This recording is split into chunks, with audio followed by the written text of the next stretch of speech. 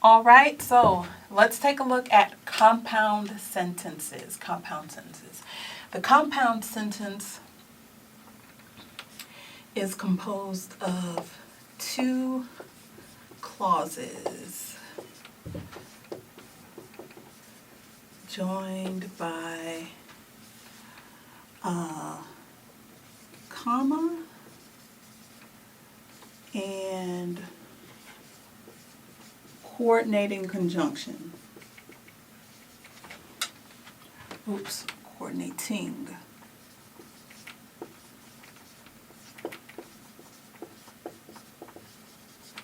All right. A quick formula for this is IC, because technically, right, two independent clauses joined by a comma and a coordinating conjunction. IC plus C plus CC plus IC. So it's almost like you have a sandwich where the independent clauses are the two slices of bread. There's a comma and a coordinating conjunction. All right, so here's a good example.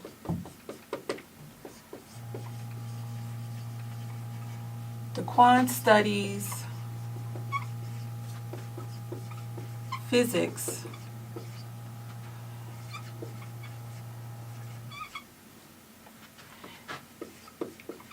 and he studies, what else does Daquan study? Anthropology too. All right. So if you know what a clause is, and I hope you do, then you see that we have a subject and a verb. All right. So at the very least, we need a subject and verb for a clause. And over here, we have he, another subject and verb. All right. So Daquan studies physics. That's an independent clause, right? If I chopped off physics, we'd have Daquan studies and it'd still be independent. He studies would still be independent. But we have the supplementary information, and we'll get into that another time. At the very least, we need to be concerned with the subject and verb, subject and verb. All right, so he studies anthropology too, right? Daquan studies physics. And, what is and? And is our CC. And is our coordinating conjunction. It's bridging these two ideas together, right? We're talking about two things that Daquan does. So we have a match. And then the C is for a comma, so we can slip a comma in here. Daquan studies physics, comma, and he studies anthropology too. IC, Daquan studies, C, comma, coordinating conjunction, and IC, he studies anthropology too. Okay? Do not make the mistake of thinking that just because you have a lot of words following and, you are supposed to use a comma. That is what many of us are taught, and when we take standardized tests, we might see something like this and think we are cooking with fish grease, right? Let's erase he. We'll see this, and if given the choice, we think, oh, and we have one thing that Daquan does and something else Daquan does, and we slip a comma in there because we've been taught that if a lot of words follow and, we can use a comma.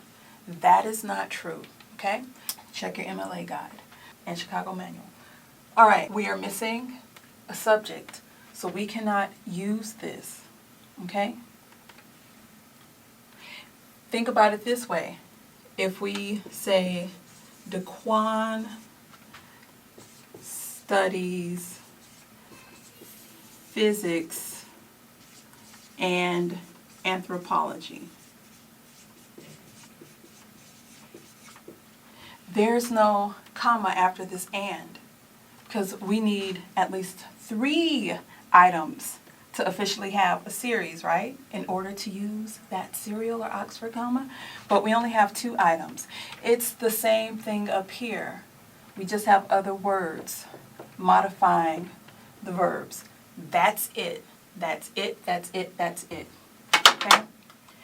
There's no comma here, so there should be no comma here because there's no subject after and. All right, got it? Hope you do. So let's replace this. And I want you to, okay, there's our comma. Okay, let's switch up the coordinating conjunction. Let's use but. Okay, DeQuan studies physics, comma, but our CC coordinating conjunction, DeQuan studies physics, but he makes time to study anthropology too. Okay? Is this a compound sentence? If you need to take a beat, go on and stop the camera while you figure it out, and then come back when you have an answer. All right? I'm going to keep going, but pause if you need to. All right. So, yes, this is a compound sentence. We have a subject and verb. We have another subject and verb. All right. DeQuan studies physics. Okay, this is an independent clause, IC. He makes time to study anthropology too, right? Another IC, independent clause. And they're joined by a comma and a coordinating conjunction, right? And this is the correct coordinating conjunction because we're talking about an alternative. All right, let's see what happens when we try to include or. Let's do one more example. DeQuan can study physics or he can study anthropology. Okay? Is this a compound sentence? If you need to think about it, go on and push pause, take a beat, figure it out, and then come back. I'm going to keep going. So, looking at the time here. Yes, because we have subject and verb.